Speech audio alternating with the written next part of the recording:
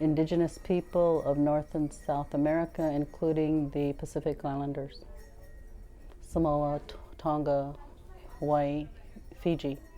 The term to me, as somebody that graduated from seminary, the same time I graduated from high school, and I went to Brigham Young University, and I have enough, religious credits to have a minor in religion. Basically, I think they believe that there are 12 tribes of Israel, and the Lamanites represent one of those 12 tribes. There are still 10 tribes that are unaccounted for. The Hebrews represent one tribe. The peoples of the North and South American continents, if I remember right, are one tribe. And then there's 10 tribes that are unaccounted for.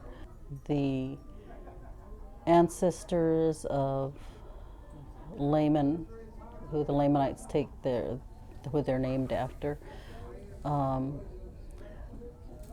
were identified during the Tower of Babel, when after the floods in the Old Testament, they built this huge, huge tower so that if God ever cursed the people and sent another flood, that everybody could climb up on this huge, huge tower and escape the floods.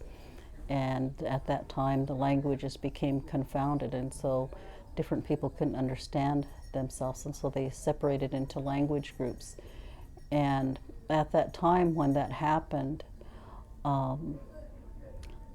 the people that came to the North and South Americas, their language wasn't confounded. They were just instructed to leave.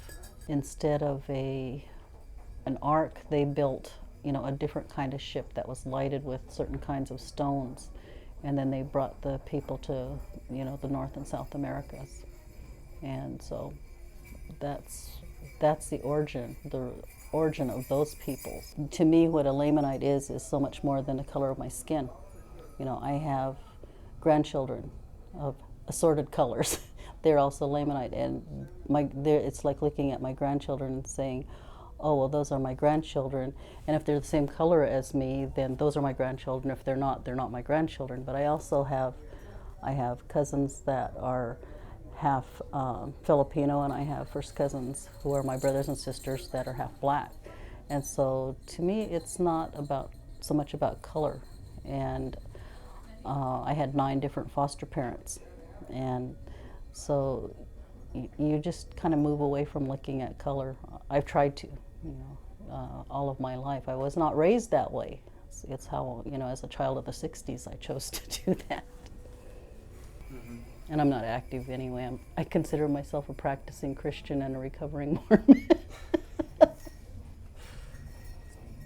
I don't feel that they are discriminated against. I don't, because I know the teachings of the church and their philosophies, where they say that Christ can only come to return to this earth when a temple is built on this continent, and it has to be built by the Lamanites, or else he can't return. That's the real teaching, that it's only the Lamanites that can do this. I look at it, as I said, I'm very comfortable, with who I am as a spiritual person today, as a Native person, and I don't really have any issues with the Mormon Church. I haven't set foot inside of one of them for a long, long time. But by the same token, when Mel Gibson came out with this movie about the crucifixion of Christ, I said, some of us actually believe in Jesus. Why would we go and see that? I won't ever see that movie. It's disgusting, even in concept to me. By the same token, my feelings about being a Native person are that deep, and they're personal. And I also know, because of the 12 articles of faith that the Mormon Church talks about, I think sometimes they overlook that the first principle of those articles of faith is free agency, meaning that it's for every one of us to choose for ourselves. How we practice, what we believe, that is what gospel means, is truth. And what is truth? That's different for every person. And I maybe sound a little bit more Buddhist, but you know, what's true for you is your truth, and as a Native person, that's easy for me to respect, you know, and respect my own at the same time. It's a much more graceful way to be.